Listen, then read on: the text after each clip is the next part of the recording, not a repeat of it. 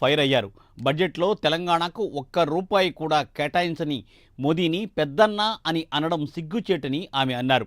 రేవంత్కు RSS భావజాలాలు ఇప్పుడు గుర్తుకు వచ్చాయా అని ఆమె ఎద్దేవా చేశారు.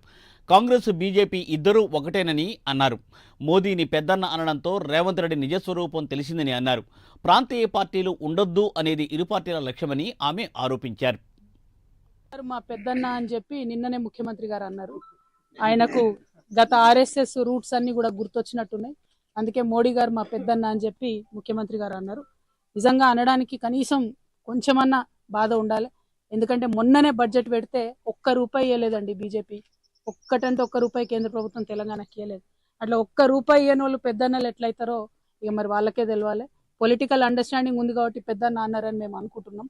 ఎందుకంటే ప్రతి చోట బీఆర్ఎస్ను ఓడగొట్టాలి, ప్రాంతీయ పార్టీలను బొందబెట్టాలంటే బీజేపీ కాంగ్రెస్ ఒకటైతున్నటువంటి వైఖరి ఇక్కడే కాదు దేశవ్యాప్తంగా కూడా మనం చూస్తూ ఉన్నాం. సో వాళ్ళ పొలిటికల్ అండర్స్టాండింగ్ కాబట్టి పెద్దన్న చిన్నన్న అనుకుంటా తిరుగుతున్నారు. వాళ్ళు ఎట్లన్నా తిరగండి, ఓ 2 సీట్లు ఎక్కువ గెలవండి, కానీ ప్రజల్ని విస్మరించకండి, ప్రజా సమస్యలను విస్మరించకండి అన్నమాట. ఆలూరులో జిల్లా కలెక్టర్ సృజన, ఎస్పీ కృష్ణకాంత్ ఆకస్మికంగా పర్యటించారు.